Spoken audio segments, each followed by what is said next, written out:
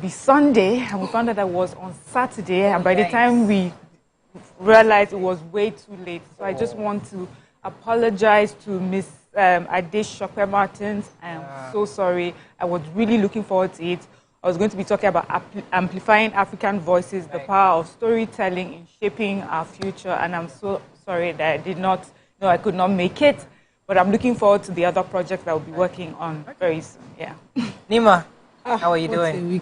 What a weekend. So I traveled to Kwara State. The community is called Sulu, my sister's marriage community in Kwara State, just after Ofa, because I came in through Ofa instead of Ilorin. And it was really beautiful. You know, traveling Nigeria, I got lost on my way back. We were supposed to veer off into Oshobo. We veered off into Ekiti and landed in Kogi. I finished well before I realized I did not see filling station. But it was a nice road trip, a very enlightening one. I was hosted, I moderated the Muslima Speaks conference, one of the sessions on Saturday. Went for an award. Nessa Lasso, thank you so much. Following the heat of what we trended about. Yeah. They thought to give me an award for the voice of the voiceless. Thank you so much. Thank you, congratulations. That can be very fulfilling. Yes. Somebody here. And I heard different views of how you were right. Don't mind. So that's huge for me. But yesterday we were hosted at the Fadri Center. So it's a Quranic school, basically for the Quran, Sirah, and Tafsir, and by Alhaji Zikrullah Hassan. He invited me as the former Hajj Commission chairman, and I really, really enjoyed myself. I'm thinking, because this is a dream my father had for years, to have his kids memorize the Quran fully. The children, they were on fire. They would give them a verse, a letter in Arabic, and they would drop verses in the Quran. I was like, Hallelujah. Well, it's all in the same spirit. We'll get into that. Intermediaries. How are you doing, Tokwe? Busy weekend, all around the table. Busy weekend. I started my Friday by watching Murayo on The Experience. I was at the vigil. I was at my own practice for Christmas concert overnight, and I was watching almost everybody that you're not on stage, you're watching Experience. It was such a beautiful time. It's like Jesus really is winning this season, and I pray that the expectation that many churches have in hosting all these events is that the peace, calmness, joy would flow within our country, and I pray that will be the results that will follow. On Saturday I had wedding, I had a speaking engagement. On Sunday I hosted my Daystar Christmas concert. Beautiful, beautiful. So it's really been a packed weekend. I have not slept. I went to bed around 2 a.m. So right now, I am looking forward to a restful period. But this is also, I'm on the show back to back. See the way God works. I have capacity. Amen. Fantastic. It was a fantastic week for me to busy weekend, but I'm grateful for the opportunities. So I'm actually coaching somebody, politician-ish, on speaking and how to speak. So when I went viral on Saturday for what I said at the Express, I said, teacher, please don't teach me this one. I said, no, the person should get ready. No, I said the only person that can teach you how to handle the media is somebody who has walked it. Yes. Who has faced Bruce and faced up, the down, the low. So trust me. And be honest to you. I had to tell him, I said, don't worry, you're in good hands. Then if you want to speak, then be ready to receive the good and the bad. Not everybody's going to agree with you all the time. Yeah. Let's go on a very short break. When we come back, we'll look at the front pages of the paper. Stay with us. We'll be right back.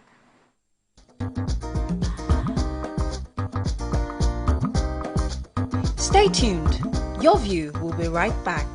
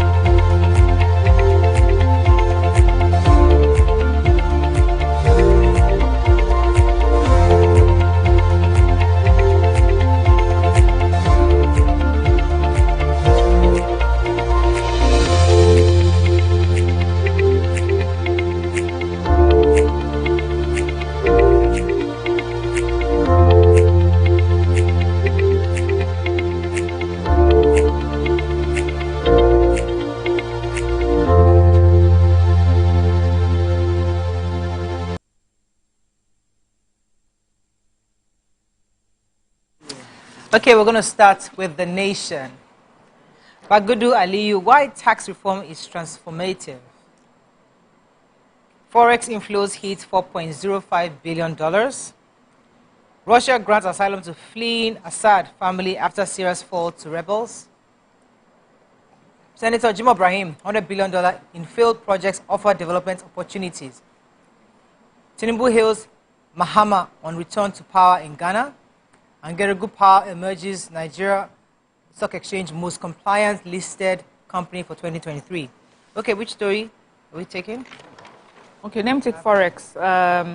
Total inflows into the foreign exchange market have reached a new threshold of $4.05 billion. This is following increasing confidence in Nigeria's macroeconomic outlook. They said the outlook continues to win domestic and global support. Latest report at the Nigerian Autonomous Foreign Exchange Market, NAFEM, yesterday indicated that monthly inflows to the forex market rose to 4.05 billion, and an increase of more than that, which is an increase of more than $1 billion. So we had, of course, other stakeholders. They said Codros Capital and Investment Banking Group said that the forex market would remain positive in the period ahead. So, and they're saying, barring any shock, we anticipate forex inflows to remain robust in the short term, supported by improved market confidence following implementation of electronic foreign exchange market systems. Mostly, really, it's, it looks like our Naira is gaining grounds.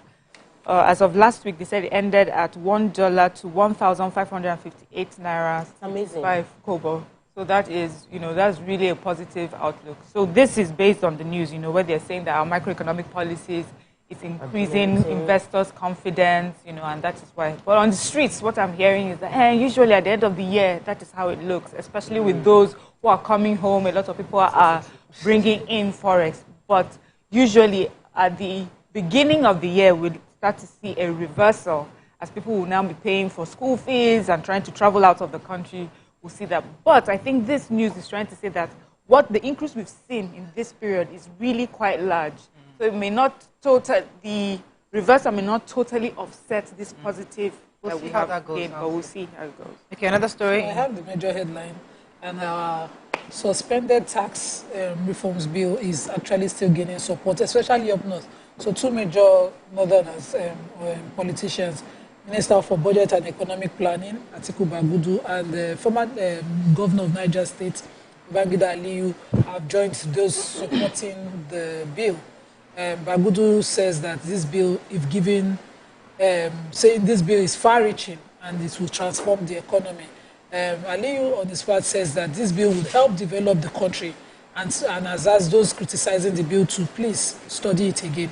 Speaking at the graduation of members of the Executive Intelligence Management course at the National Institute for Security Studies in Abuja, he was speaking to the NSA, that's Aliyu, and he said that said to him, many of the people debating this tax bill have not read the bill. But again, there's a problem of communication. The government should speak more.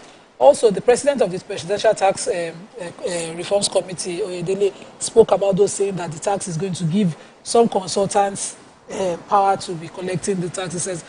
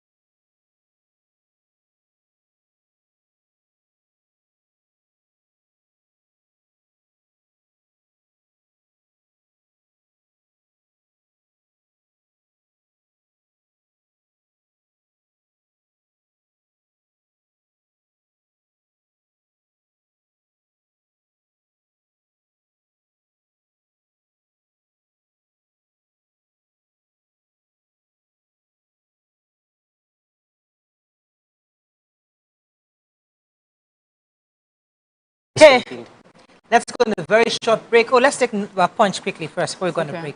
The punch. Lakurawa, Nigeria neighbors begin offensive against new terror group. Tax reform, Akume plays down northern opposition as Senate meets AGF. Trump plans mass deportation ends to birthright citizenship. Tinubu others congratulated Mahama as opposition clinches Ghana presidency. And Syrian rebels oust Assad and 60-year family rule. Let's go on a very short break. When we come back, we continue with our review. Stay with us. We'll be right back. Stay tuned. Your View will be right back.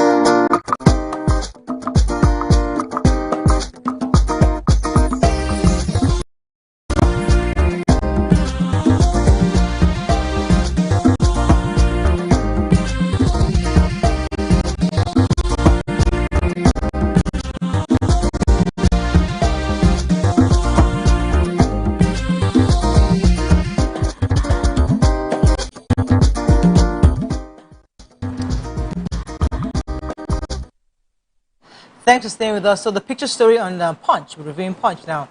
In the historic turn of events, Syrian rebels seized the capital Damascus unopposed on Sunday, bringing an abrupt end to President Bashir al-Assad's 13-year rule, and a 6-decade-long dominance of the Assad family was brought to an end. So Assad fled to Russia, who actually had given his count. Entertainment Splash delivers the hottest celebrity trends. On TVC News, we keep you informed with breaking news and in-depth analysis of events shaping the world. I will continue to speak the truth. TVC News at 7 and TVC News at 10 p.m. delivers the most important stories of the day.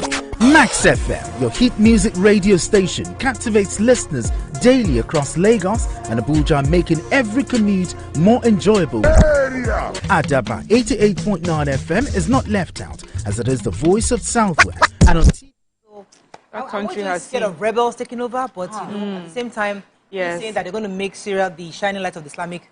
Yeah, you know, for me with the Middle East, I'm not really sure, you know, where to stand, because with Gaddafi, you know, at the time we thought it was a win, but now we see that it wasn't a win. Egypt as well, you know, you just never know with that area. But this particular country, they've been at war for so long. The humanitarian crisis is just huge. So I just hope this brings them some sort of peace. But another international story, United States President-elect Donald Trump has announced plans to deport all illegal immigrants in the United States over his upcoming 4-year term. They say that the Department of Homeland Security estimates that as of January 2022, over 11 million people are in the U.S. without legal status, and the figure is likely higher today. And Trump has affirmed his intention to remove all unauthorized immigrants. He says it's a very tough thing to do, but it needs to be done. And then he also said he's willing to negotiate protection of dreamers. So dreamers are children that are brought into the country illegally as, you know, babies. So he will try and negotiate with those ones. But for the rest, he's going to deport them. And then also he's going to immediately stop birthright citizenship. You know, as many people, the moment you're born on American soil, you're a citizen. But that is going to stop the moment he becomes president. It's something he wants to stop. He speaks plenty English, but the statistics show that Biden deported more people than Trump did in his 4 years. Yes. So yeah, maybe he didn't get like he did. Now he wants to focus on I that. have the defense headquarters as the major headline. So Nigeria and Chad and Niger are doing a joint military operations against this Lakurawa terrorist group. So they have, and their counterparts has formed a joint team, bombed out the Lakurawa group, who are reported to have set up in Sokoto State, set up about 10 local governments within Sokoto, of course, border communities. The communities are Guanaguano, Mulawa, Wasiya, Turiga communities. Those are the border communities, and then 10 other local governments within Sokoto. And they have now started a joint team, of course, to flush them out. This terrorist group started in the Sahel, particularly Mali and Niger, and so you need a joint effort if you must kick them out. And I think that's the way to go. We remember during President Buhari's time, a joint task was what worked between the communities in the West African region, and so I'm happy about this. Okay. I want to take a good story from inside the Punch. The Lagos State Fire and Rescue Service.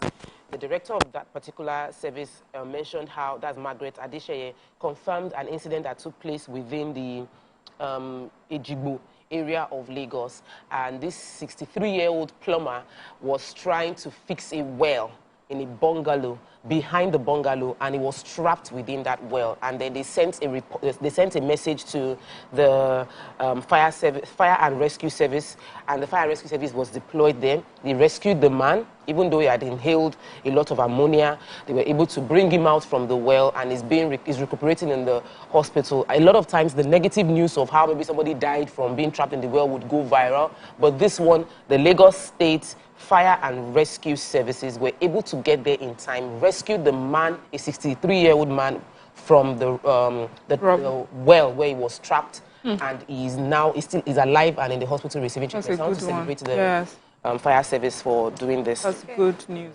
Moving on now to Daily Sun. Here mount over tougher economic challenges in 2025. Troops clear IPOB camps, arrest 2, recover firearms, others in Southeast. My greatest wish is for Nigeria to remain united and peaceful, says Yakasai at 99. Engineer in NDLEA, net over illicit drugs concealed in pressure machines. Reps propose 5-year term for CJN and others, Supreme Court decentralization, and 3.2 billion naira contract scandal rocks Persons with Disabilities Commission. Okay, Yeah. what's doing? NDLEA. NDLEA has arrested a suspected drug trafficker, Egu Philip Inya, who claimed to be a building engineer. This was while he was attempting to take delivery of illicit consignments concealed in pressure machines that were imported from South Africa. He's a 42-year-old. He was arrested December 2nd at Okesi Motor Park in Enugu. So what had happened, they said the consignment had arrived Murtala Mohammed Airport, Ikeja, on the 29th, and based on intelligence, they realized that the goods that were brought in had concealed illicit drugs in them. I'm trying to see. They said it contained hidden parcels of loud, a synthetic strain of cannabis, as we know, weighing 7.40 kilograms. That's a whole lot. Then they said just at the last minute, he now changed his collection plans. So he asked that it be moved to him to Enugu. And thankfully, they were able to maintain discretion during that investigation, and they were waiting for him at the motor park. When he arrived, nabbed him, and that is the end of Mr. What is the Egu story? You know, so well done to NDLEA for a job well done, and for all those who give proper, intelligence to help this war against drugs. So I have the House of Reps being sponsored by the member representing Ganju African constituency. The bill is called a bill for an act to alter the constitution of the Federal Republic of Nigeria to provide for tenured appointments of heads of courts at both federal and state judiciary level. So this bill looks to put a proposed 5-term tenure for the CJN, for the Chief Justice of Nigeria, the President of the Court of Appeal, Chief Judge of the Federal High Court, and President of the National Industrial Court, and all down like that to the states across the country. And I'm looking at, because as opposed to what you used to obtain, this is, usually they are appointed, eldest in the ranking, and they hold office till either they retire or they are removed maybe because of any investigation, like the case of Morgan and the case of the other chief judge who was ill. And so that's how it used to run. You're either the eldest on the bench and then like that. But now when they propose this 5-term, upon your appointment at the expiration of the 5-term, what then 5-year term, what then happens? But I'm waiting and try to Google more on the bill and see whether all those areas are clearly covered. We'll take it as it develops. So, the scandal brewing. That's the scandal is currently brewing at the National Commission for Persons with Disabilities, NCPWD, over the termination of 3.2 billion naira worth of contracts, according to them, after the due process and the conclusion are taking place. So they have petitioned the Bureau of Public Procurement. They have commissioned the Independent Corrupt Practices Commission, that's ICPC. They have also petitioned the EFCC, Economic Financial Crimes Commission, as well as the Supervising Ministry, which is the Humanitarian Affairs, Disaster Management and Social Development, over this what just happened. They said they want to petition all of these agencies to be aware that there would be a lot of litigation that would cost the government a lot of money. They said the federal are going to save themselves from litigations that will lead to cost, because if you terminate a contract that has followed due process, you would have to pay the damages, and yet you have still lost the product that would happen based on this termination of contract. That some contractors have already started delivering the products.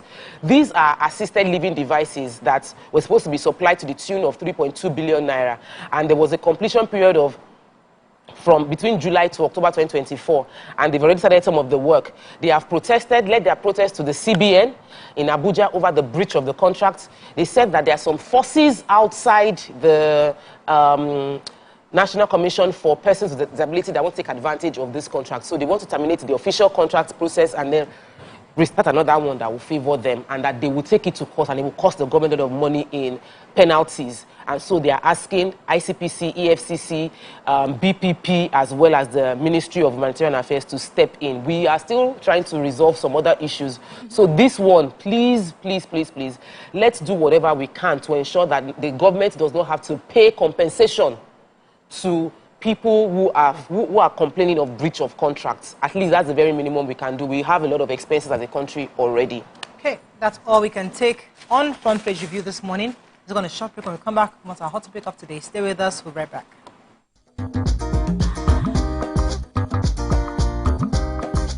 Stay tuned. Your View will be right back. Good evening, ladies and gentlemen. This is...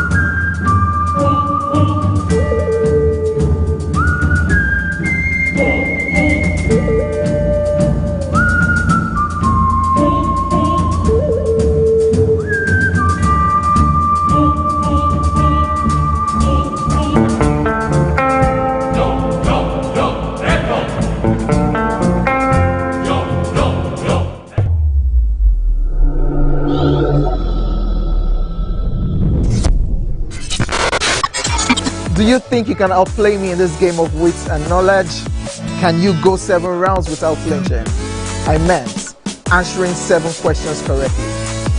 How well can you hold your liquor? If you're curious, then join us for the most exciting conversation and games with your favorite celebrities on 7 of 7.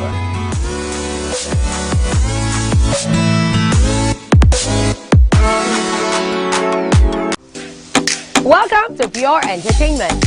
What would you like to order from our menu today? We have the regular.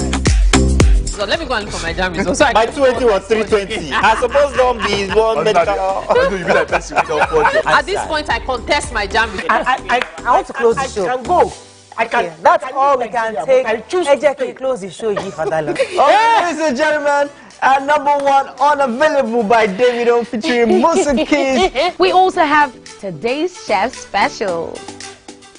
Yo, shine, shine, shine, shiny, yeah. Say recap done, and it's time for #1 on the countdown. One of Nigeria's hottest artists right now, his name is Rema, and this one is called Charm. Kick it. Another.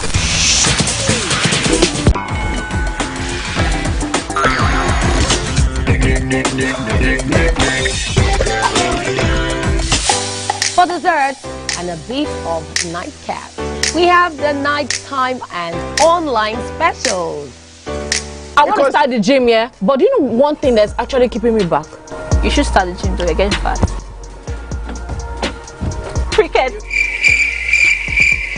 She says she does pole dancing to empower women. What's the difference? There's a difference. That's what I'm saying. So pole dancer, you're already almost naked. You're already almost naked. No, it's the empowerment for me. Sex can make your relationship better. No. Sex can never be overrated. It is needed. Especially when it's good sex too.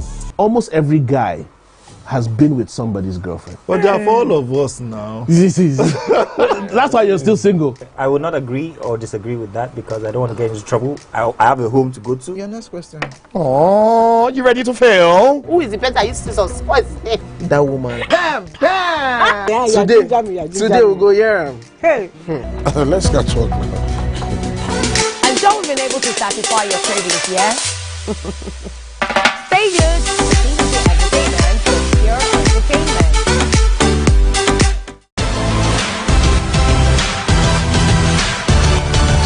Now you can catch up with your favorite programs on TVC.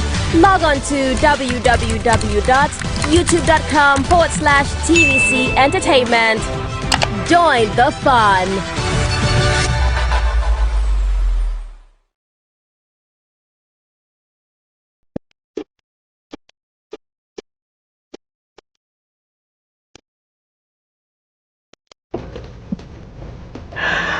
Oh, wow. My typical day is filled with meetings, consultations, and of course, traffic. And that's all part of the hustle and bustle of city life. But the real fun starts when I can just settle down and catch up with all my favorite programs on TVC. Believe me, it's pure entertainment.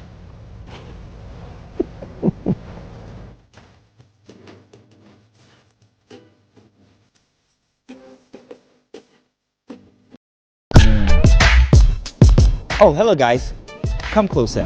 Now this is not a magic trick, but I'm about to show you the best breakfast show on television. Ready? 3, 2, 1, go. This is Wake Up Nigeria. On Wake Up Nigeria, we take your mornings from drab to fab. A quick look at the newspaper headlines to keep you updated on news and current affairs. There's sports, great features and places to go, and things to do.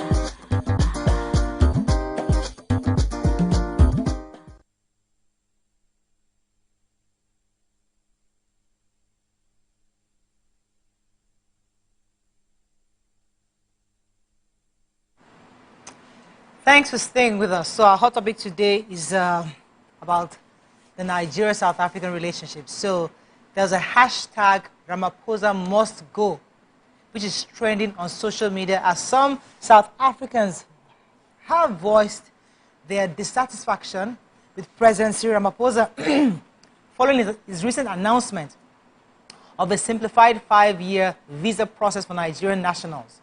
The announcement came at a time when relations between both countries have been quite tense, often reflected in heated exchanges on social media. Critics argue that a relaxed visa policy could exacerbate existing social and economic challenges within South Africa. What are your thoughts on this? I would love to hear from Nigerians living in South Africa, Nigerians here, and probably even South Africans. You can call us on 081-0764-1679, 090-241-63440. You can also send us messages on YouTube and on X. We'll be happy to read your messages. This is quite... When I saw some of these videos of South Africans voicing their dissatisfaction, obviously, and the fact that it's quite trending right now, and they're saying that the president must go, although the president has tried to reiterate that he's not opening the doors for all Nigerians, business owners who are willing to come to their country to do business. They're willing to give a 5-year visa such that you don't even need a passport to apply for it.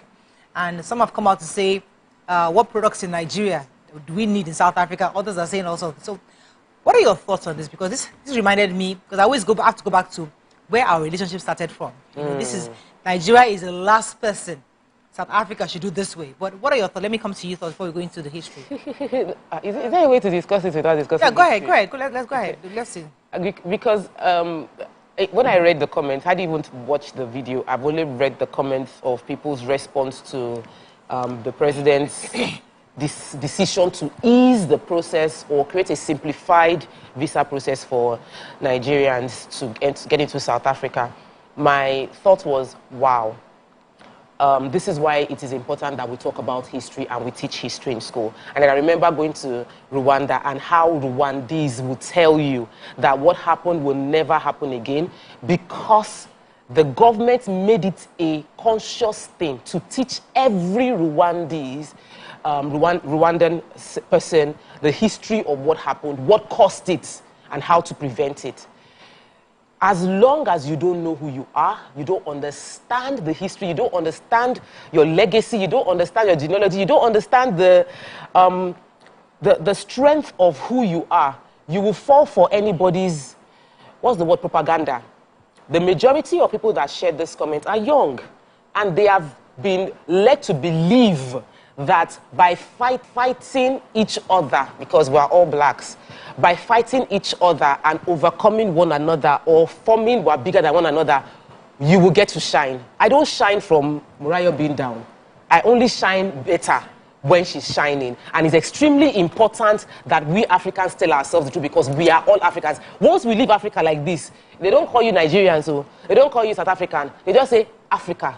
So the South African person typing and tweeting that a president should go because the president is thinking of Africa as one is someone that needs to be educated and just be pitied, not insulted, which is what Nigerians are now doing. I'm like, let's not get into this Rokolofo fight. It's not worth it.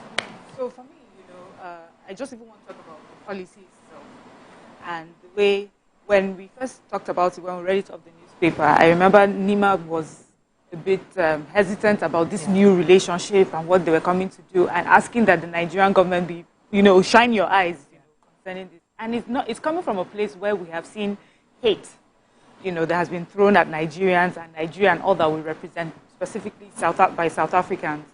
And I was hoping that, these policies and these conversations that have started will help foster a better relationship, between these two countries. As we know, we just left the issue of Miss Universe. We know all the bad blood. What's the word now? The narrative that was, perpetuated during that time. She's Nigerian. Her father is Nigerian. She can never be South African. Because of that, they pushed her to the point that girl had to leave that country and run on, her father's, where she comes from, her father's nationality. And it shows you the deep-seated hatred that exists, in South Africa against Nigerians specifically. I don't see Nigerians, I've never heard of any Nigerian that just hates South Africa. Never. Instead, we call them out for their lack of knowledge, their lack of understanding of who we are, what we represent for their country, what the relationship truly is. And for me, when I even saw the story and how everyone has reacted, I said illiteracy will kill Africa. Illiteracy is our problem in Africa. The lack of education and lack of our awareness of who we are, what our story is what will kill us. Now, this policy that has been presented, it was not a policy. South Africa did not give that policy because it just loves Nigeria and wants to help Nigeria. It was looking for things for themselves as well, to build their country as well. It was opening up the borders to business people, people that will go in legally and do business in South Africa that would improve South African economy. But South Africans, because they don't understand that, and I see that across Africa a lot of times, where we put all these sentiments of Nigerians are coming to come and finish our resources. Nigerians are marrying our women. Do you understand? Those are the level of conversation I'm seeing. Things like they're coming to marry our women. Like really, is this what we're discussing? In 2024. But in 2024. But now, even though there's so much backlash about this, I hope that this means we'll be having conversations and encouraging people and educating Nigerians and South Africans on the necessity of having a strong relationship between the two biggest economic powers in Africa. United States and the UK and Canada, they are constantly fostering relationships because they understand what it does for their economy. They understand what it does for when they go to the United Nations and they sit down and they come together and make a decisions for their people, for their race. That is how we should start thinking. But the regular African man is thinking about those who are marrying his women and those who are, please. So I just hope that the president does not back down from having a proper conversation to educate his people. Okay, thank you, Mary. Thank you, Tokwe. This, I expressed I preempted this. I know that the South Africans are very emotional people. They are not rational people. Say it with all sense of, Auntie? Majority. All sense of online. All sense of responsibility. Qualify it, or the ones online. The ones online, okay. Because they are not rational people. Their country right now economically is in their need, just as we are. And it's time for trade alliances to help you boost. Our lithium, we can sell it by ourselves. We can actually bring in investors, build the factories, and make the lithium into batteries here and export it. I don't know why we are not looking that way. That's where I have my grievances with our own government here. Why are we always willing to sell our minerals? Why are we not making it into complex products here so that we let go of this talk? You know, if a South African rain fall inside one person's house, an average South African will blame the Nigerian neighbor who opened shop. I saw a video of one woman saying that why are we the ones selling provisions? As simple as that, because what he named as the Nigerian selling, one said to sell used phones that, you know, can be bought on Amazon. Or this thing is a Nigerian thing that is stolen phones. If they smoke drugs on the streets of South Africa, it's a Nigerian that caused it. You see it, go, hashtag. We've been hashtagging, and they've been hashtagging us for years. From when, you know, the entire Bode Thomas was taking over, it's been that hashtag. Xenophobia happens, they hashtag us. You know, and it's much, it will be really nice, as Tokwe said, that, you know, more history is taught about how we consider them brothers. How our leaders in the past thought apartheid should end, even though they were one country far away from us. They were not. No, neither were they Togo. Let me build on that, because I was going to go there, because I want us sometimes we have to remind ourselves of where we're coming from to know where we're going. Yeah. And I had to dig up a few facts of where Nigeria stood after many of us heard about the 69 people that were gone dead in South Africa back in 1969 during March, where they were killed, and that's what led the international uprising against apartheid at the time. And for decades, Nigeria led the implementation of sanctions against the apartheid-led government in South Africa. But more importantly, aside from what we're doing in the United Nations and the Commonwealth, a few things I dug up, which I thought was important for us to state here, for even Nigerians to know that Nigeria championed the anti-apartheid cause at the Commonwealth, taking a leading role in economic sanctions against the country. More importantly, Nigerians, let me read it from here. I wanted to read a specific part of it, where it said Nigerian students contributed financially towards the education of black South Africans. The Nigerian High Commission in Botswana issued hundreds of Nigerian passports to South Africans who had fled the country, and even the Nigerian civil servants contributed portions of their salaries to the South African Relief Fund, which supported the anti-apartheid movement and was popularly known as the Mandela tax. In addition, hundreds of South Africans studied in Nigeria, many of whom went on to occupy key positions in government, private sector, and academia across South Africa eventually. So we were the big brother they needed during that season, because there was absolutely nobody to help to defend them at the Commonwealth. We had the leadership. And we, even aside from what the government was doing, Nigerians themselves, using part of their money to support their black brothers. Now, over the years, for various factors, the relationship was strained for different reasons. But that's what somebody said, that we need to go back to history, because we are more closer than divided. But it's always also good look at the other side. So I have seen the Nigerian side where we are the big brothers. Come to you, one second, Imam. We are the big brothers, and we deserve some kind of a relationship. However, on the South African side, some have expressed that you've come to our nation. We opened our borders to some of you. Some of you have done some illegal work. Some of you have held businesses that you didn't hire our own people.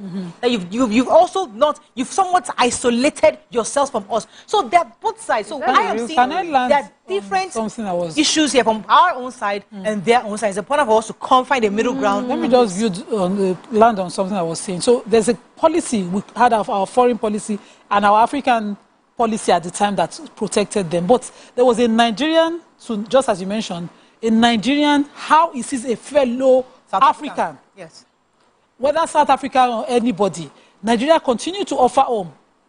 What's his name? The former president, Mandela, was housed by Nnamdi Azikiwe in Nigeria here when he needed. And nobody was deliberately not taught in their schools. So an average Nigeria, the competition started economically when a hustling Nigerian gets on the streets in South Africa and makes a living. And you look at him and you just envy him and you tell your kids 4 stories about his hard work. Yes. If he comes to your country, because when they came here, South Africans married Nigerians, and Nigerians don't have stories of bad belly to any South African, so we did not pass any to our children. But down there, a lot were passed, and you will see the products online. Look at the last Miss Universe, and the drama that followed it. Just the mere fact that she had a Nigerian name. Finish. That was it. Even though she lived all her life with them, nothing. And you would see people uneducatedly talking about it. Are we forgetting that we are blacks? Recently, their president was in Algeria, and on his comments page, on his X page, they were there blasting him for another African alliance. Is it that everything African is bad until it is foreign? I don't understand. Are they by any chance, because they have a white settlements within their country, or white people more in their country than in any other African country? Does it make them white in any way? Because I don't understand the level of thinking that you hate yourself so much you would self-harm yourself. Now go to the streets. There's a documentary I saw, I think it was a BBC documentary, of their slums. Who told you that they are so economically good? It's just that our people like to look for opportunities, even in the worst places. If North Korea is not careful, we enter there. We will change things. We will make things happen there. I don't understand. Okay. So I watched, because I want to go and watch Gladiator 2, I watched Gladiator 1, which is a very old movie. And in that movie, I saw a royal. I saw the emperor's son. And I saw fear, insecurity, and how low self-esteem can make a man lose the throne. A throne that is yours just because you just demean yourself. And I think that's the lie that a group of people have sold to South Africans, to make them feel fear and insecure about who they are, which is why they will look at every other African as having more advantage. But psychologically, there's basis to that feeling. Because if you have been oppressed generationally for so long, there are places in South Africa you, as a South African, cannot enter. Yes. And they wrote it that it is not allowed that even dogs can enter this place, but South Africa cannot enter there. So we as Nigerians need to be more compassionate towards South Africans. They went through a whole lot, and we cannot understand what it is to go through it, because I am born free. My grandfather, as in, like, I am born, I carry my shoulder like Abinija. They carry last. So when somebody like that sees me, who doesn't even is inside the person's DNA, it has shrunk. There's this insecurity. We need to have more compassion, and then we need to work together to help them build confidence. Now, Cyril Ramaphosa is a 72-year-old man. He understands history. He knows what happened. He can have conversations that a 20-something-year-old person on X.com cannot comprehend. The only thing that 18-year-old, 20-something-year-old knows is these Nigerians, they come here and they live large. They spend money. They are fine. They are taking all the things. And so for them, they look at us and they are insecure, and they will go online and type things that Ramaphosa is not thinking about. So we have an assignment as Nigerians. There's something that Michelle Obama said: when they go low, we go high, which is our assignment. Okay. Don't go online as Nigerians and start insulting South Africa. You don't need it. Let me pause you. When they go low, you go high. From Anambra. Walter, thanks for calling. I'm so sorry for keeping you. Yeah, go ahead. I have actually argued on that as well. I said that when I read, what's his name, Trevor Noah's book, and realized that they were still under colonial oppression in the 80s. I was like, this was just yesterday. The independence was in the 90s. Exactly. So I get that story. But until we're in 2024, enough. It's time for tough love. We need to call them out on their bad behavior. Now, there's a video that's quite viral that I think you sent, where somebody was saying that their president, that's Cyril Ramaphosa, is doing this because he's not getting political support from South Africans, that he's afraid of his seat. So he wants to import millions of Nigerians. Uncle, you want to import millions of Nigeria to go and drop in their country so that they can vote for their president. I know that you think that we live under the rocks or something. And I think, tourism is very important. The people that talk like that usually haven't left the shores of their country, or haven't even read history books or watched TV. Do you understand? Because if you do, you realize that Nigerians are living comfortably here, and they are spread across the world. South Africa is not the only country that the people want to come in and to live. I understand that you have been oppressed for many generations. So you feel that when you're staying in the areas where a lot of black people are, and you see the white areas, because they say that there is a major demarcation between where Africans stay, where the South Africans stay, and where their white colonizers are staying. The economic difference is so glaring and so wide, and so for them they think we that were here were getting little crumbs from these white people. If Nigerians come with their smartness and their way they are going to get into that community, which they already are because they have houses in those areas as well. And then they feel that is how it's going to stop them from getting anything. We just need now to show them tough love and educate them on what it means for Nigeria and South Africa to come together for the good of the African man in South Africa, in Nigeria, and across Africa. That is what they need to understand going forward. We're very short. We're going to come back and continue this conversation and open our phone line. Stay with us. We'll be right back.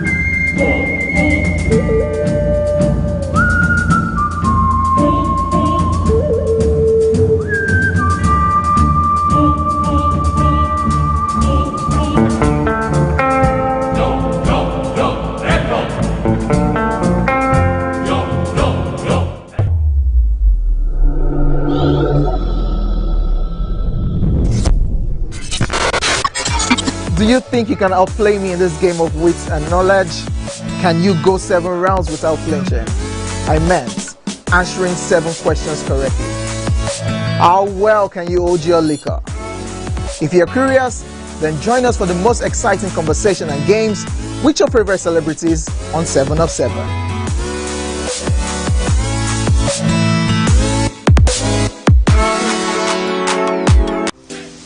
Welcome to Pure Entertainment. What would you like to order from our menu today? We have the regulars. So let me go and look for my jammies. My 20 was 320. I suppose don't be one medical. At this point, I contest my jammies. I want to close the show. I can go. I can. That's all we can take. Ejeki, close the show, Father. Ladies and gentlemen, number 1 unavailable by Davido featuring Musa Keys. We also have today's chef special. Yo, shine, shine, shine, shiny, yeah. Say recap done, and it's time for number 1 on the countdown. One of Nigeria's hottest artists right now, his name is Rema, and this one is called Charm. Kick it. Another.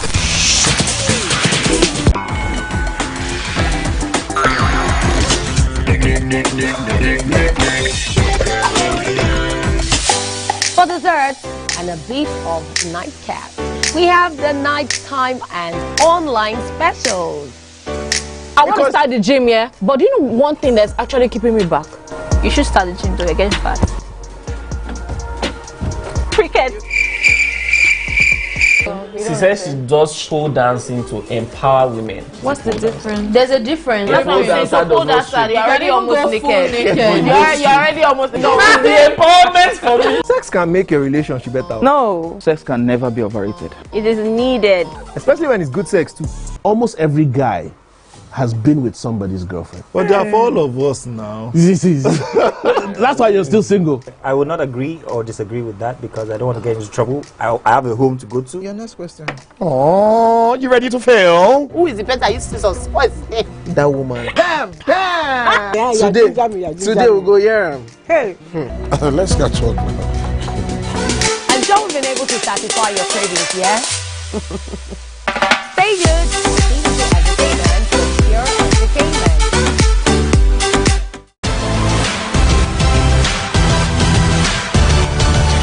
Now you can catch up with your favorite programs on TVC. Log on to www.tvcentertainment.com youtube.com/TVC Entertainment. Join the fun.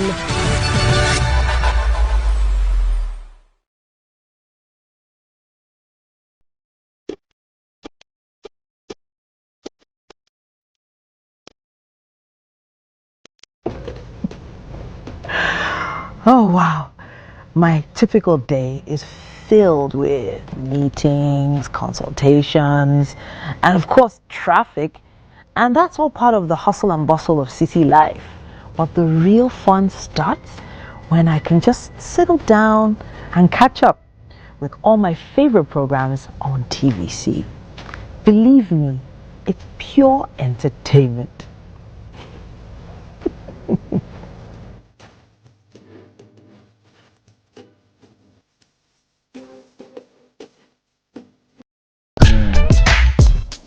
Oh, hello guys. Come closer. Now this is not a magic trick, but I'm about to show you the best breakfast show on television. Ready? 3, 2, 1, go. This is Wake Up Nigeria. On Wake Up Nigeria, we take your mornings from drab to fab. A quick look at the newspaper headlines to keep you updated on news and current affairs. There's sports, great features, and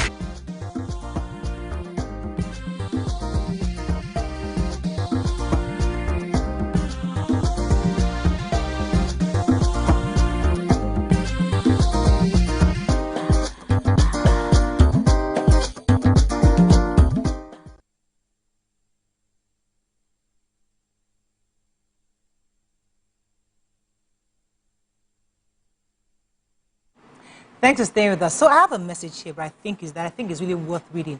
It's from Carol, and it's a bit lengthy. I ask the ladies to allow me to read this a bit. The reality is that the number of Nigerians engaging in criminal activities far outweighs those who are skilled and law-abiding. My sorrowful reaction stems from witnessing the actions of some of our brothers in South Africa, where their behavior is causing harm to citizens there. Decades ago, Ghanaians lived peacefully and lawfully in Nigeria, yet they were eventually expelled by the Nigerian government. We Nigerians are often quick to remind South Africans of our support during their struggle against apartheid, but that goodwill cannot excuse the transgressions of our brothers living in South Africa. She said also, I watched week after week as South African parents wept on TV, grieving over their children who had fallen into grip of addiction in Johannesburg. Some of our compatriots were luring innocent kids into accommodations, turning them into addicts by selling drugs to them. Even the tragic death of Brenda Fassie was linked to the actions of our fellow Nigerians. Much is happening behind the scenes that many may not be aware of. Having lived in South Africa for 6 years, I have witnessed these realities. Furthermore, I'm almost done. Black South Africans are still grappling, so it's an agreement with Tokwe, with the scars left by the trauma of apartheid. Then almost abruptly, other Africans began to migrate into their country, often carrying a mindset mirroring their oppression. Their plan is palpable.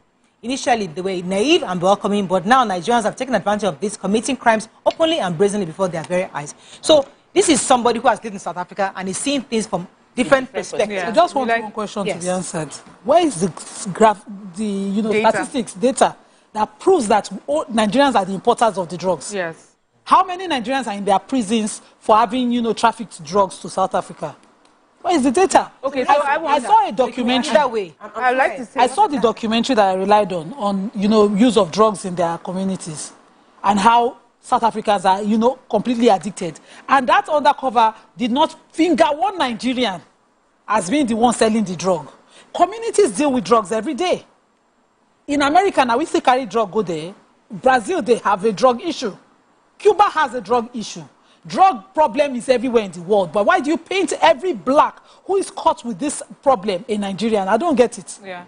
So for me, the truth is, if you find a Nigerian who is dealing in drugs, prosecute him, lock him up, whatever the law it is in your country to deal with drug traffickers or whatever, handle them like that. But I'm yet to see, I would like to see data to show that the large number of Nigerians are the ones involved in this. What if it exists? No, they should. Would like to see it. Until I see that, because I understand the power of a narrative where you can put the spotlight on a particular group of people and make them seem like the worst people in the world, or that they are the only group of people that do a certain thing, is what is happening in America, where the way they have painted blacks there, you think that blacks have no ambition, they do nothing, until you hear other stories of how well they are doing. Yes. And I feel that that sort of that's the sort of narrative that Nigerians are getting in South Africa. I'm not saying that it does not happen, but on the scale that they are saying is happening, I would like to see the data before, I can say otherwise. I don't think that there's any data that supports it. I have always listened to South African news. They are known for all sorts of crimes. I mean, one of their biggest music stars was killed by South Africans themselves on the streets. People are afraid to walk the streets of Johannesburg because they say they will mug you, they will steal from you, they will shoot you, they kill you, they do all sorts of things. And yet, when we talk about South Africans, we don't talk about them as criminals. We know that there are criminals that are in South Africa, but we don't call all of them criminals. Yeah. Do you understand? We understand that there are people are people, and we give them that sort of grace. After all, we will say if South Africans are criminals, let our country not even do any sort of business with them. This is a country of criminals. And I feel that they are doing us deliberate disservice by making Nigerians seem like they are bad people. They did that to Chidinma. So the effect of this narrative is you take a young girl who has always been South African and has, is about to achieve something, but because she's Nigerian and because of the stories that you have heard of Nigerians, you did not say her father is a drug dealer. You didn't say she's a drug dealer. Her mother is not a drug dealer. But you are willing to disrupt that girl's success. Thank God that, her fate was not in their hands. Thank God they are not because of stories like this. So when we give out these stories, please, let's use data and let's be sure before we call a group of people the reason why a whole country has drug issues. Let me take Walter. He's back. Thanks for calling. You're live. Walter from Anambra, you're live. Good morning. Good morning, sir. Go ahead, please. Great all of you in the studio. I'm just watching your program now. Thank you, sir. Thank you. Good. I'm calling from Arochukwu precisely. One of you was talking about to educate Africans, for Africans to believe in Africanism, and for Africa to build their market just like the US, the Canada, the UK. Now, you see, the problem in Africa is not just from the Africans, but from our colonial masters. The West are the problem in Africa.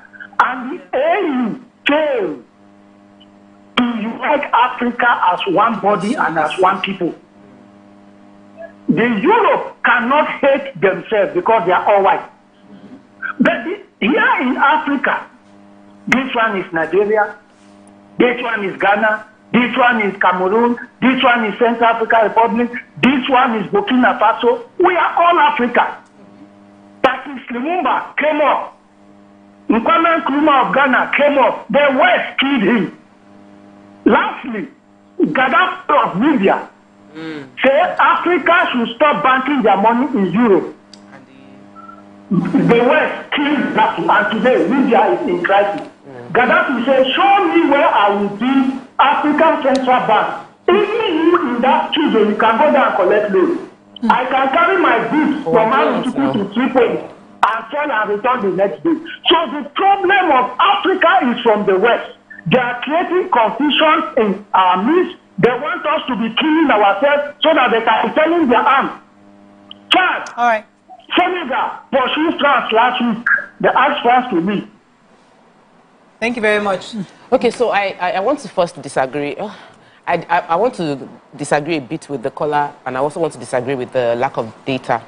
So earlier this year, from around second quarter of this year, a lot of social media publicity went out for people that like to travel. I follow a lot of Nigerian travel bloggers, and they started talking about Vietnam as a destination for tourism as opposed to destination just for business. And the pictures were beautiful, videos were nice, plenty of people went there until I now decided that I want to go there for Christmas, and I tried to apply for visa, and from October, they blacklisted Nigerians. Between 2 quarters, the data shows that over 50% of Nigerians that went there did not return. The crime rate went up. Vietnam. Kilo one, Vietnam. As at last week, buy clothes and hair from Vietnam. Last week, I had to call Honorable Abikedabi that about 2 weeks ago that I've bought tickets. I want to go to Vietnam. What's so difficult? Why is it so ridiculous? They closed the platform for Nigerians to apply for visa. In just 2 quarters, Nigerians now they too try. Now extra. Nigerians are extra in everything. Mrs. Abeke went to the embassy in Abuja, had a conversation with the ambassador. She did a 3-way call with me. She had data of the number of visa they issued and what the Nigerians they gave visa were doing over there. In South Africa? In Vietnam. I'm telling you. And that's why I'm waiting for South Africa. When I first saw the blacklist, I was like, what kind of Nigerians are not bad. People going to do business. This is not unfounded excuses to just exploit Nigerians. I did the same thing.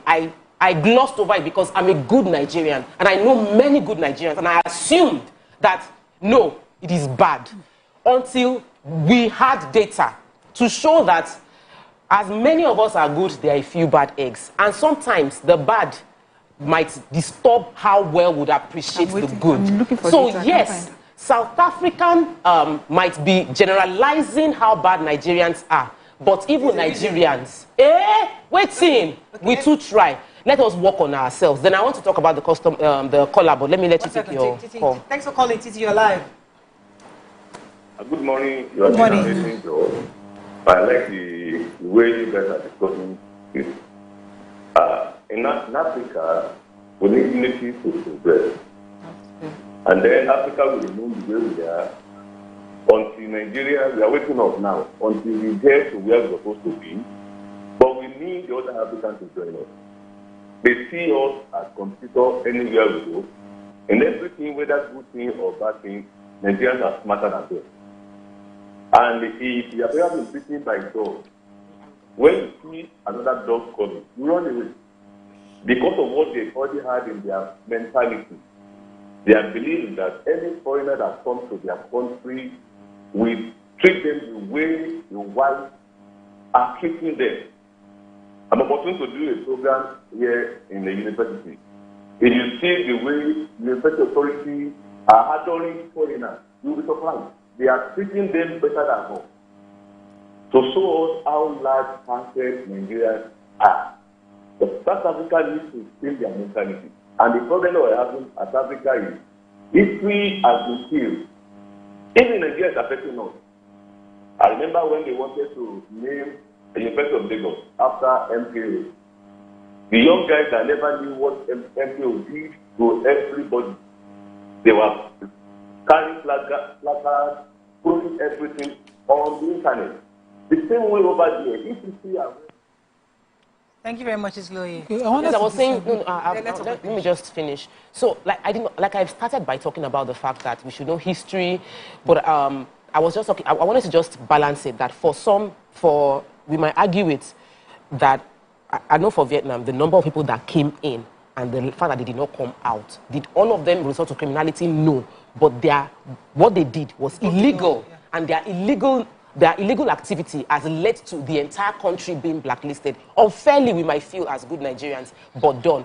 Secondly, the other caller said that, the whites see themselves as one. Not necessarily true, because the British did something called a referendum to separate themselves from EU. Brexit happened, and it was all for me based on a bit of low self-esteem and insecurity regarding scarcity of resources. Once you feel like there is scarcity, and you feel that there's... Sorry, I didn't get that. The British did Brexit. No, you said not necessarily that white people also have a hand in this. No. Okay, I said I don't necessarily believe that all whites are united. Oh, okay. That was what he said. Okay. Or that all whites are not. People, once you feel insecure, people would tend to attack anything that they feel might be taking what they have. It's a survival mechanism that is wired into us as individuals. So I think that it is important that we put that out there, that it's not like all whites are united, and definitely I agree, whites are involved in the division, because in divide and conquer, divide and rule, when we're united, they cannot attack us. Okay. We've got a very short break. We'll continue this conversation. Stay with us. We'll be right back.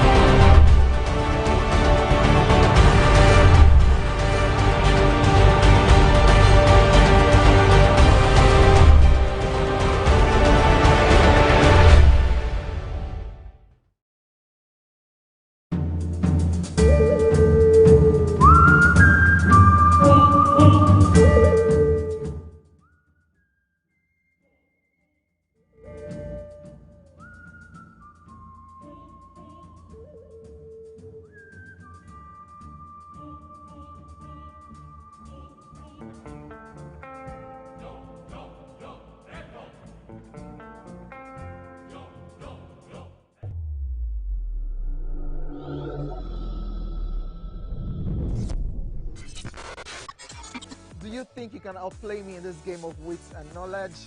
Can you go 7 rounds without flinching? I meant answering 7 questions correctly. How well can you hold your liquor? If you're curious, then join us for the most exciting conversation and games with your favorite celebrities on 7 of 7.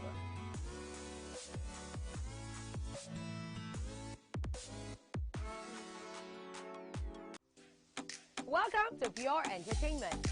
What would you like to order from our menu today? We have the regular. So let me go and look for my jam results. My 280 was 320. I suppose don't be one medical.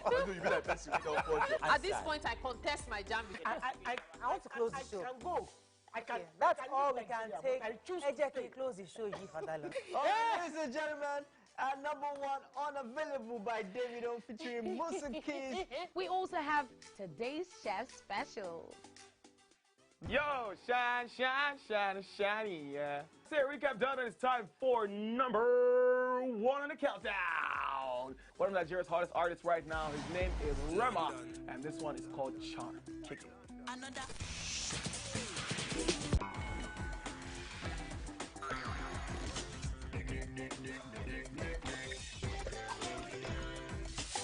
For dessert and a bit of nightcap, we have the nighttime and online specials. I want to start the gym, yeah? But do you know one thing that's actually keeping me back?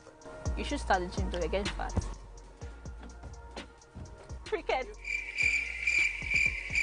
She says she does show dancing to empower women. What's the difference? There's a difference. Yeah, That's what I'm saying. So pole dancer, you're already almost naked. You're already almost naked. No, the empowerment for me. Sex can make a relationship better. No. Sex can never be overrated. It is needed.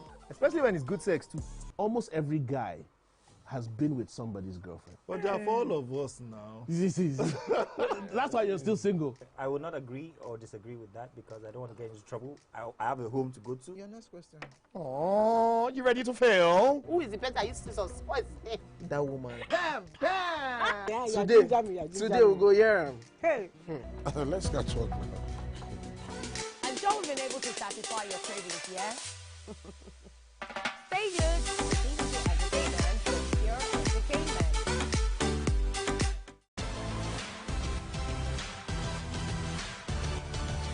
Now you can catch up with your favorite programs on TVC. Log on to www.youtube.com/TVC Entertainment. Join the fun.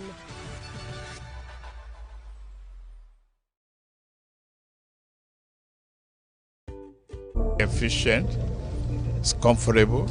This development will go a long way in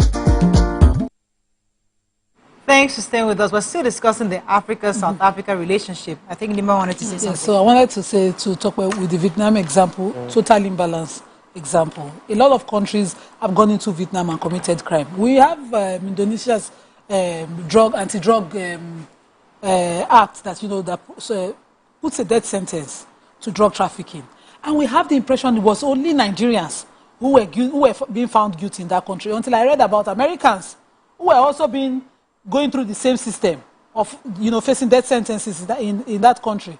Why do we amplify the negatives around our people more? So 1, 2 Nigerians were arrested. 2, 3, 4 Nigerians went to buy market. Because when we're buying markets in Vietnam, buying that air that I don't support, there was no problem until they say they made it a tourist country. Same thing South Africa does. There's this radio station I listen to every day, South African Airline, South African Travel, South Africa.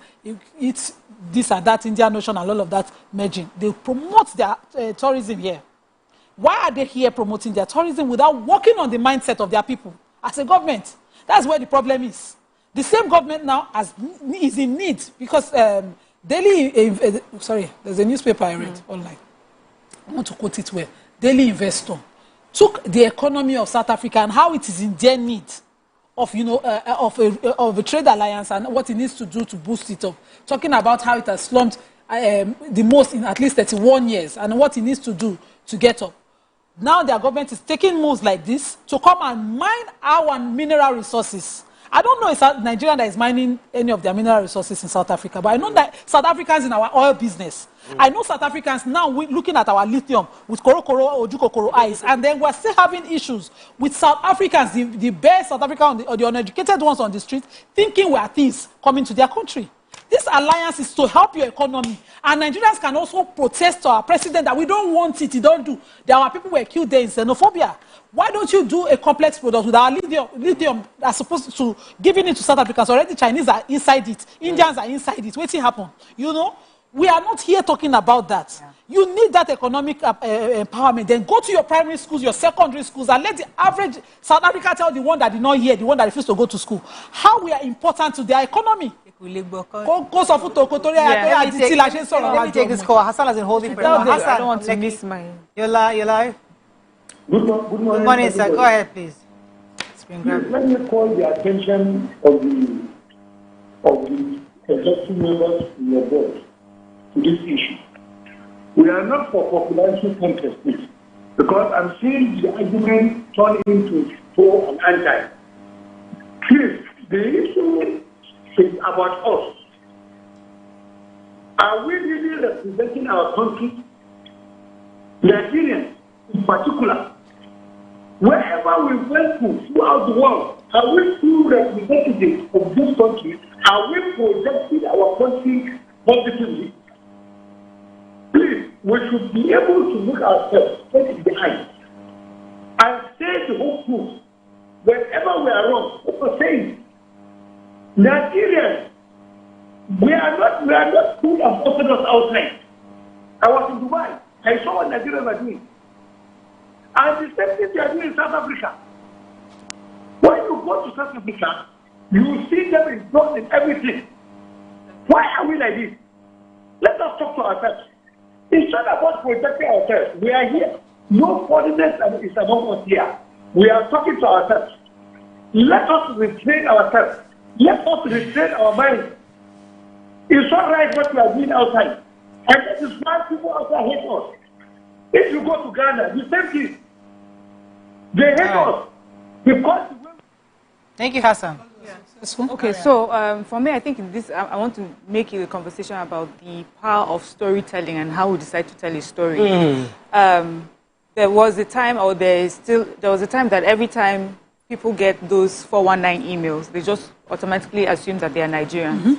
But we've watched videos after videos that show investigations that at the end of the day, it's not a Nigerian at the end of those email scams. It's another African person or a white person. Now, that does not mean that Nigerians are not involved in that. It only shows that people across the world, wherever they are from, are involved in crime. But then you decide to take one as the face of the crime. And I feel that that is the way it's told in South Africa. Yeah. You have decided that the face of this crime, this drug trafficking crime, is going to be the Nigerian. Now, there's this publication called The Republic, and it gives data. It says that while it is undeniable that there are Nigerians involved in criminal activities, reliable evidence nullifies the claim that they are the chief perpetrators of crimes in South Africa. It gives the number of Nigerian migrants. They are 20th on the list. You know, with other top 5 countries like Zimbabwe, Mozambique, Lesotho, Namibia, there are more of those people in South Africa than there are Nigerians. And then Department of Correctional Service indicate that Nigerians constitute a small number of the prison population in South Africa, that there are many criminal people in their prisons.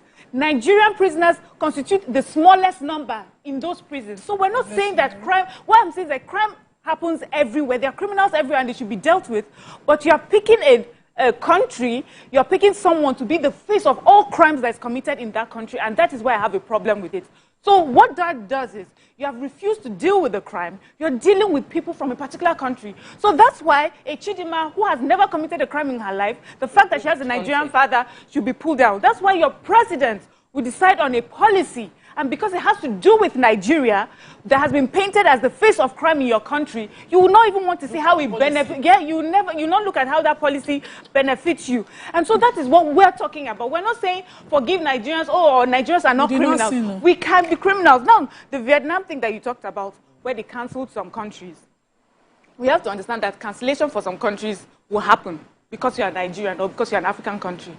Does not mean that there are no criminals from Russia or from America, but they're also looking at the economic benefits of cancelling or not cancelling like an American, United States of America. So there are other economic reasons why a country may not be blacklisted. Because, one, they may feel that if we blacklist them, then it will affect some of the benefits that we get from that country. So it's not only that. Even in our regular everyday lives, we see that there are some people that have been made scapegoats. The reason those people are able to be made scapegoats is not because they are the worst people. They don't have influence. They don't have anybody to back them. They don't have mouth. And that is what is happening here. It's the storytelling that is the problem. Let me take Emeka, I think, from Kaduna. Thanks for calling you live. Yeah, good morning, everyone. Morning, sir. And thank you for having me. Yeah. So it's been a back and forth when it comes to issues with South Africa and Nigeria. And it's sad because there's no crime that happens in any country without the insiders. And South Africa always wants to paint this image of everything being rosy and all nice for them, and that it's particularly that it's Nigerians that come to corrupt their kids, do this and that. There are streets in South Africa that people cannot move around. There are streets, I run an NGO, and there are streets where every other minute a woman is being raped. Let them not push aside their internal problems that they have refused to solve and then blame others for it. Where are there no crimes? Nima rightly pointed that there are crimes all over the world. And that's why you have institutions. If anyone does the crime, they do the time. Then let's take those statistics of the people who have been convicted and let's know whether it's the Nigerians that are more than their people. I was in Paris some time back, and they told us, as tourists, please, at so time, don't walk this way. The wonderful see Paris and die city. So why are they making it look this way? Also, I want to also believe, Tope was saying something about our people too, they do. Yes, but it's the same everywhere. It's just that I don't know what people say about Nigerians. They live the good side of us and they are always thank you very much, Emeka. Yeah, thank you. So we are looking, and it's important for us to look at our side. I think all of us agree that there are Nigerians who are doing very well abroad. And the truth that we shouldn't use one, we shouldn't use one storytelling to paint the whole group of Nigerians abroad. Because the truth is that there was a time, even globally, aside from South Africa, where every internet fraud, people always assume they're Nigerians. 419 is Nigerian.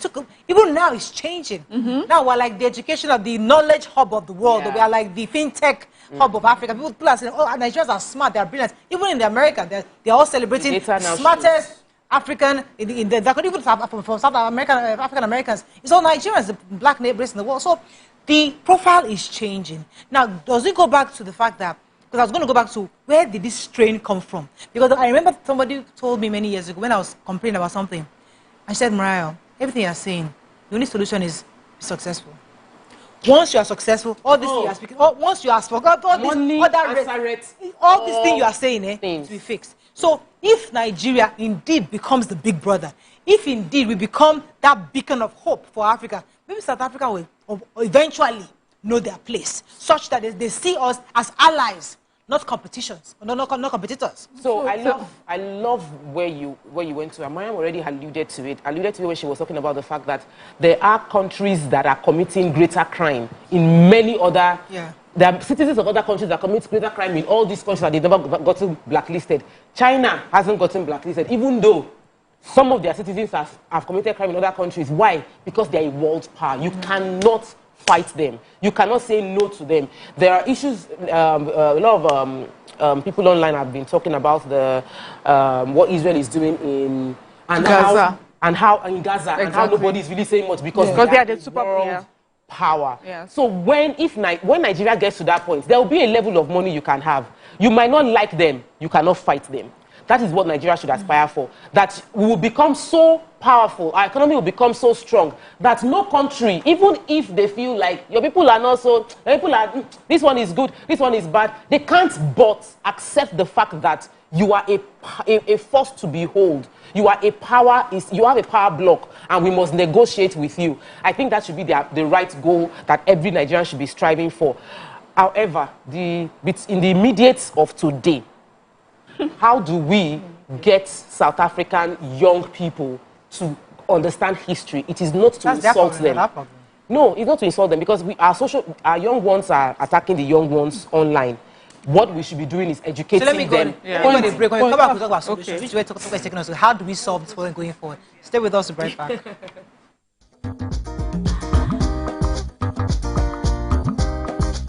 Stay tuned. Your View will be right back. No buy am.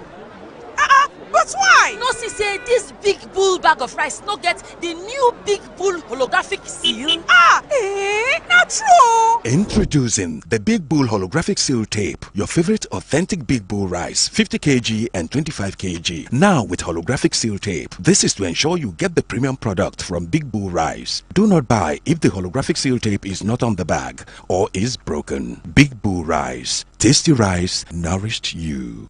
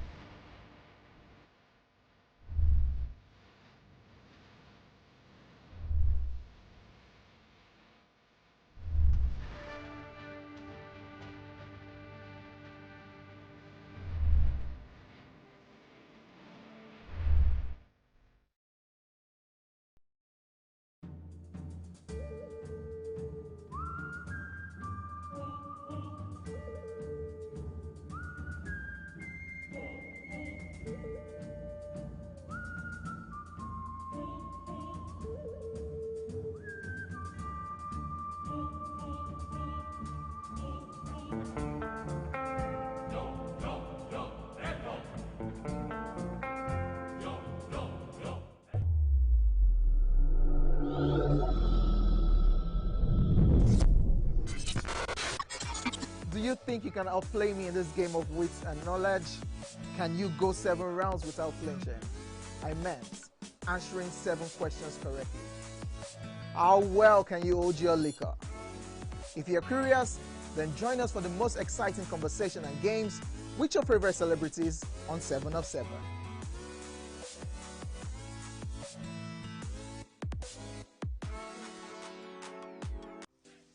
Welcome to Pure Entertainment. What would you like to order from our menu today? We have the regulars. So let me go and look for my jammies. So My 280 was 320. I suppose don't be one medical. At this point, I contest my jammies. I want to close the show. I can go. I can. That's all we can take. Ejeke, close the show, G Fadala. Ladies and gentlemen, #1 unavailable by Davido featuring Musa Keys. We also have today's chef special.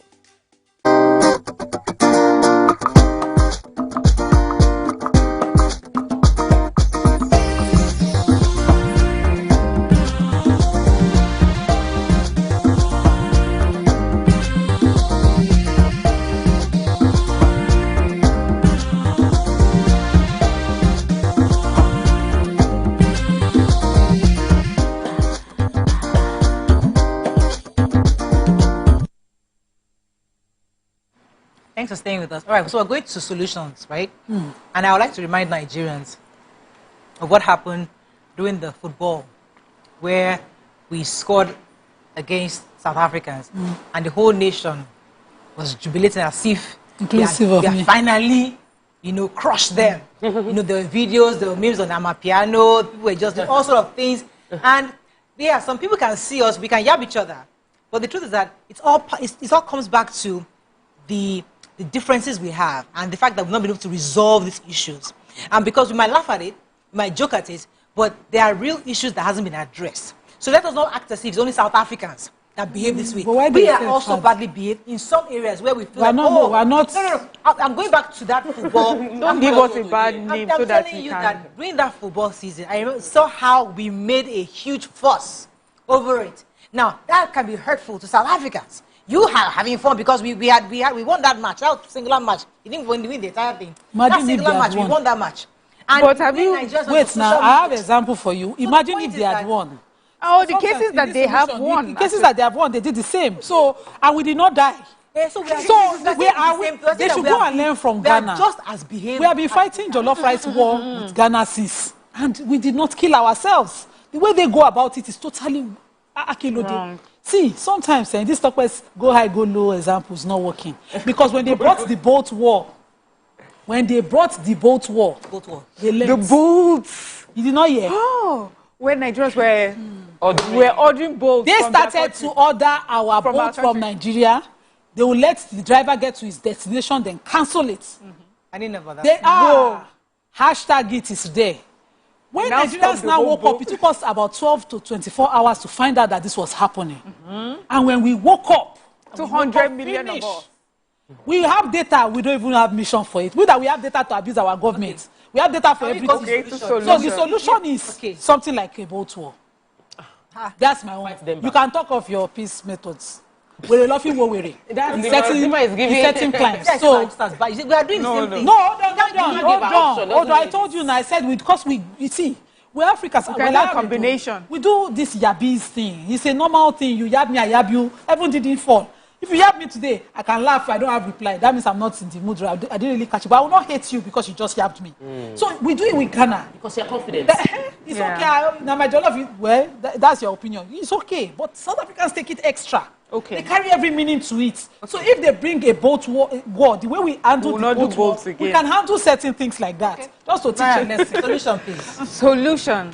So first of all, I'll go back to what we said earlier about how recently really South Africa has come off apartheid, and because of that, they're acting the way that they are acting, and so for them that fear of being dominated by another country, especially in Nigeria, that seems to have, like them, and they have all the resources and everything. They are just coming off that sort of domination, and then to see another super world power, to them will be world power like Nigeria coming to dominate them, it will bring up these issues of insecurities.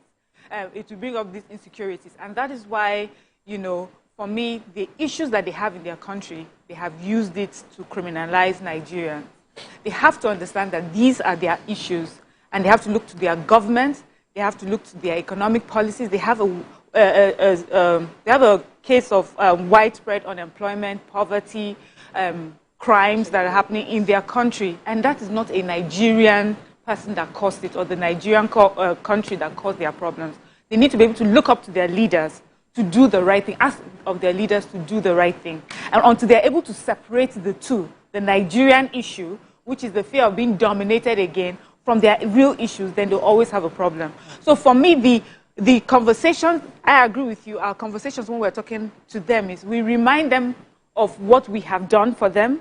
We let them understand that we know where you're coming from. You're still insecure about how just being recently, being independent, and that is where your fears are coming from. And then when talking about the policies that, that they are coming up with, explain to them exactly what needs to be done.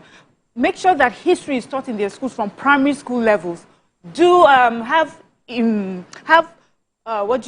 projects that encourages relationships with South Africans and Nigerians. Do what they call the exchange programs, where South Africans come into Nigerian schools, spend some time with some Nigerian students, the same vice versa. Do you understand?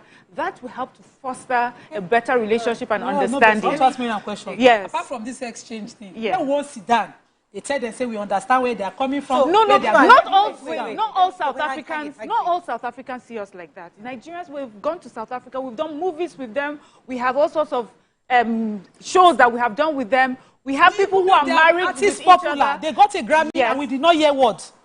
See? Yes, now they do it too. So I don't know where I want to sit down and make it our project. I don't want to go back to the issues. I want to go back to the solution, because the solution I was thinking in my head. For me, I think one of the solutions, if I were Mr. President, our own president, I'll probably rescind on offer, because we are offering them the opportunity to come into our country to do the lithium.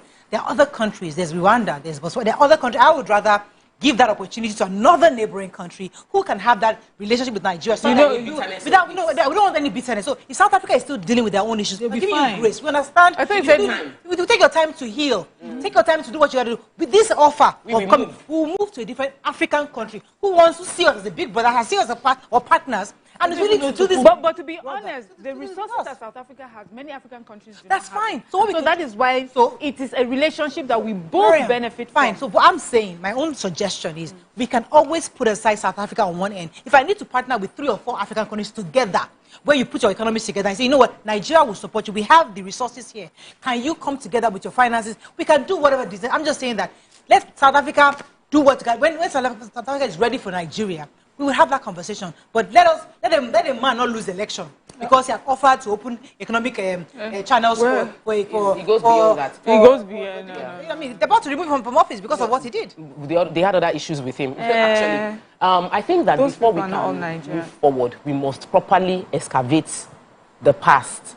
Because we can't, until you diagnose a problem, you cannot properly cure. It's like sickness. Before a doctor can give you drugs, the doctor would tell you to go and do some lab tests. So they do like a diagnosis process to find what the problem is. So for us to mend the relationship between Nigeria and South Africa, we need to properly understand the roots of the crisis between us. And I think that the black South Africans need to understand the fact that the white South Africans are not happy with Nigerians. They don't like Nigerians, and they still like to control the media. So that is the South Africa. That's the the narrative is still being controlled by the power blocks, and the power block is still largely let's call the truth. So what use is to empower the black South Africans? Who is benefiting from this crisis? Thank you. As long as the black South Africans are distracted, they will continue fighting each other and they will leave the whites alone. They will continue fighting Zambian. Tomorrow it is Zimbabwe. Next tomorrow it is Tanzania, because guess what? Nigerians are not the only ones being attacked by South Africans. They are attacking Zimbabwe and attacking other neighboring countries. In between, when you are fighting all these unnecessary wars, they're just afraid. You are not able to deal with the oppressors that are still within your community. And that serves the oppressors in your community. So it is for us to look at what the real problem is. Who is the beneficiary of the crisis in South Africa? The oppressors within South Africa. The ones who are taking advantage of the distraction of the blacks. And so let us blacks open up our eyes and realize that we must not be distracted. Let us love one another. I get that. I'm saying that for the Nigerian perspective, it's powerful. I'm saying that it's not even our own business. Yes. This one I don't right. No, I disagree. For Nigeria. That's fine. I want to talk South Africa first. So this is for South African people. Okay. The one for Nigerians is a different solution. The Nigerian solution is the fact that sit down here and grow your country. It's the same thing we tell everybody. Sit down, grow your country. Because you cannot, until you are standing, you cannot lift somebody up. Which is the real fact. I don't agree. Until I can stand. If I carry somebody with one leg, I will also fall down. It's not true. For Nigeria to properly help Africa, Nigeria needs to stand. We need to stand economically. We need to be united as a country. We need to heal ourselves before we can heal others. You cannot pour from an empty cup. So fill your cup. Nourish yourself. Look for other people that are. I feel like that has oversimplified this issue. It's not a human being to human being. We're talking of countries, we're talking of a nation, we're talking of a race. I understand. And I believe that we're strong enough. And however we are, we need to start taking our brothers. No African left behind, no African country left behind. That is how I would like us to see this. When Nigeria was making all the contributions it was making, how many years ago? How old were we? How much did we have? How well was our country? Do you understand? What had we achieved? Well, we did that, and South Africa is an independent country today. We have an issue today. It is not to say, let's leave them until they figure themselves out. It's to find out different ways that we can empower them, because that story of together we are stronger is very important. Because we are fighting. No, it's not a distraction. There is a block of, okay, we're talking about the West. And we're talking about our rights. When we go to the United Nations, there are some policies that we know that are pushed and that favors the West, that does not favor the African. How many African voices do we have? How many of us can stand against the policy and say, you know what, we're not even doing? And so we have put us these sanctions as a continent. We're unable to do that because we're not strong. One strong African country is still a weak African continent. Do you understand? We need the African continent to be strong. We have talked about currencies where we're depending on the dollar and things like that. We need a strong African dollar. We can only do that when all our African brothers are at a certain level. So while we are fighting, we must carry them along. Exactly. I'm saying that you that are not ready to be carried along, it's okay. Others who are ready, because the truth is that Ghana might be ready, Botswana might be ready, Rwanda might be ready. So we will probably find a problem because we need a presence in the United Nations. I'm saying that South Africa is too much of a big player to leave them aside. There's a mental issue. If there's a national mental issue, that we can't fix that from outside. Yes. It can only be fixed internally. So I hear you. You're absolutely right. But the truth is that we have to now do it from the part where we can do it from the extra. So everybody's there according to the area. But it's such a distraction. The way South Africans, reject things. And the issue of the oppressor is a sad one. Yes, the oppressor is still oppressing them. When the oppressor is on it, you say, look at that other oppressed person. That's the person you should blame.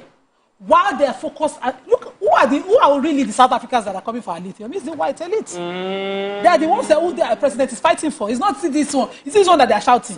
They are not. Who are the money bags? Who is the richest South African? Elon Musk, but he's now an American. No. Even in South Africa, the number 2 richest African is a South African white. So are the South Africans really doing us any disservice while they're shouting up and down? Nigeria should see my solution, Mr. President Bola Ahmed Tinubu. Leave all these external countries in our business. This lithium can actually change our narrative. All this our focus on oil is enough. We have other mineral resources that we can channel to change the narrative of our country and make us great again. Let us use our lithium ourselves. These countries should come and establish here. Give them the rules and regulations that protects our people and our environment. Let us be the one to export the finished product to South Africa and collect the dollar and the foreign exchange that we need. We don't need any insult from anybody. The disrespect is enough because you will find bad eggs everywhere if you are looking for bad eggs. But we have our mineral resources God has blessed us with. Let us use it well for our people. Let me quickly say something concerning Mariam's comment, and I agree. It's the sweet sentimental part of us would feel like we can grow together. But when you're swimming and you are trying to rescue someone that doesn't know how to swim, you know what happens? The person's dead weight or the person's kicking out of fear would make both of not one that is trained. Do you understand? And so it might be for us to. We're drowning in crisis. The government of Nigeria is seemingly drowning in a lot of crises, and so is most of African countries. A few African countries have been able to stand. It is not by dragging other African countries. America has debt. America has all sorts of debt. It has a lot of issues. But it is supporting countries left, right, and center. Selfishly. That is what we should do. We should also think about it as how it will affect Africa, so that when Nigeria sits at some tables, because of what we have done in many countries, the power and influence we will have. I just want us to think beyond. I understand the natural human individual relationship, but when you're talking of countries and you're talking of continents and the sort of power you are looking to wield against the West, it is not by swimming and drowning, and you will make the necessary contributions in those countries. Yes, it may not be the whole carry on my back, but I will make it. Might be detrimental to your citizens, even in their country. Yes, I need to hear you well. Like I understand you, but we also need to study the trends. Who are the third world countries that have successfully gone from third world to first world? We're talking Singapore, we're talking China. How did they do it? They isolated, they sat inside their country, they found local solutions, they solved the problems inside, and the world was forced to recognize them. So let's stop running this, and I know we need economic help. It will seem that way. But the ones who have succeeded, truly succeeded, they shut their borders and made their country work. Okay, so let's take a bit of all of this and find what works for us. Let's take a few comments on social media. Olufumilola says, you are right. When we badmouth ourselves, how do we expect others to say nice things about us? Adnam says, we don't do xenophobia here. No devil's advocate here. Never seen a Nigerian attack those South Africa. I don't want to use what he used. Corey Michael says Miriam should send her account number. Yes. Send the account number. Send the account number. So there's no solution. My dumb account. Can't make people change their perspective unless they are ready to change it. So it's a South African business to change their minds. Olufumilola also said, this is not about jackpot. People travel to South Africa for tourism, business, conferences.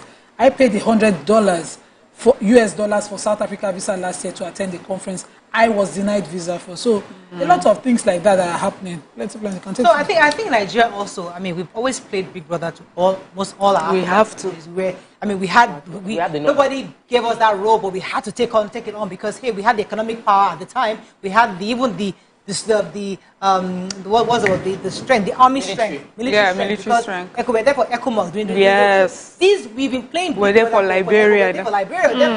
For all the Sierra Leone, the South West African countries. So the point is that Nigeria will continue to be a big brother.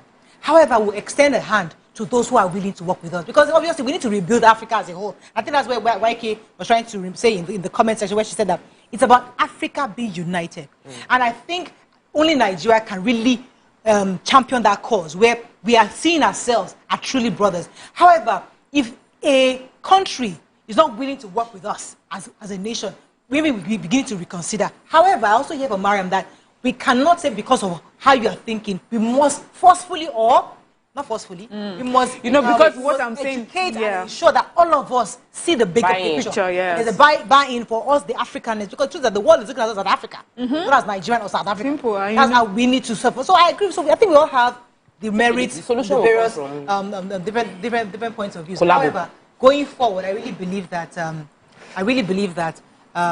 South Africa and Nigerians, if we're able to get that relationship properly mended, I think Africa would definitely be better for it going forward. We have to wrap up. We don't have much time here. Any comments on social media?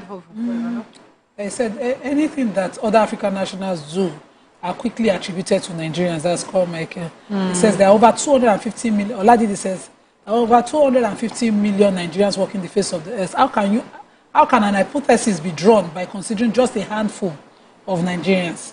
That all? Somebody is attacking me, says Nima. So it's everything that South Africans do that is bad and everything Nigerians do that is right. Well, I didn't say what that. She said. That's not what I said. But I will not sit at this table and allow a Nigerian or Nigeria as a nation be dragged badly. So I think this is a good comment. Let me read this one. He says, I'm afraid you misunderstand the situation. He's talking to us, the ladies. Madams low TV hostess, madams of TV hostesses. Essay xenophobia is not a cultural problem, it's not due to ignorance, it's simply a misguided reaction to real problems. Illegal immigration, unemployment, and perception of foreigners taking their jobs. We said that. Crime and perception that Nigerians are involved in drug trafficking, whether these perceptions are right or wrong, as long as they are not addressed, the problems will remain. No country with mass immigration that doesn't see people reacting violently. Why do you think folks are voting Brexit and odious characters like Donald Trump? 3, immigration and... All right, that's all we can take on today's show. I hope we learned a few things as we are. But I'd love to hear from Nigerians living in South Africa, but it's good that we discuss it. Have a great day. We'll see you tomorrow. Bye for now.